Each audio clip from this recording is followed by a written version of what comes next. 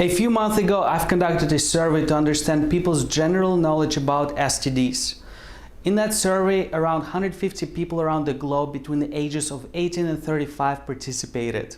As the result, around 1 out of 4 people would feel hesitant or even refuse to shake your hand if you told them that you were infected with HIV. Now, these people's reasoning was that they were simply afraid of getting infected themselves, and that's what scared me. On top of that, UNESCO states that only 34% of the global younger population has accurate knowledge about HIV. It's clear that even today, many of us lack the most essential information about subjects related to sex. And to make things worse, Dr. Jessie Klein from the City University of New York has identified through her research a correlation between sexual harassment and the recent mass shootings. In her research, Dr. Klein states that the perpetrators of mass shootings were accused of being gay by their peers, and as a result, the perpetrators found mass shootings to be the most effective way to fight the injustice and convey dominance among their peers. Dr. Klein's research demonstrates that lack of sex education, which should include subjects like sexual orientation and gender identity, enforce and encourage fear and mistreatment, which are very likely to be fought by using violence, aggression, and force.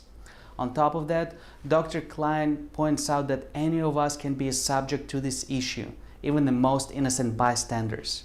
That's why, as a part of my research, I choose to collect all the evidence to prove that this fear and mistreatment are born due to the lack of information. And once we choose to fight it as a whole, we will be able to eliminate the two, or at least diminish them, and potentially save thousands, if not millions of lives.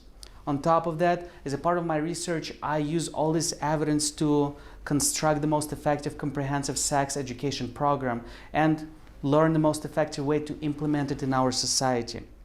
Once the prototype for the program is built, I will engage with the local government to implement it in the South Florida region to test. And if successful, we'll continue implementing it throughout the other regions in the United States of America. And now, I want you to imagine a world where crimes based on sex don't exist, where becoming a parent is simply a choice rather than a consequence of a reckless behavior, and those affected by STDs are treated as equals. For so long, we've been a part of a problem. But when we choose to educate ourselves on the subject and require sex education for the younger generations, we will become a part of a solution.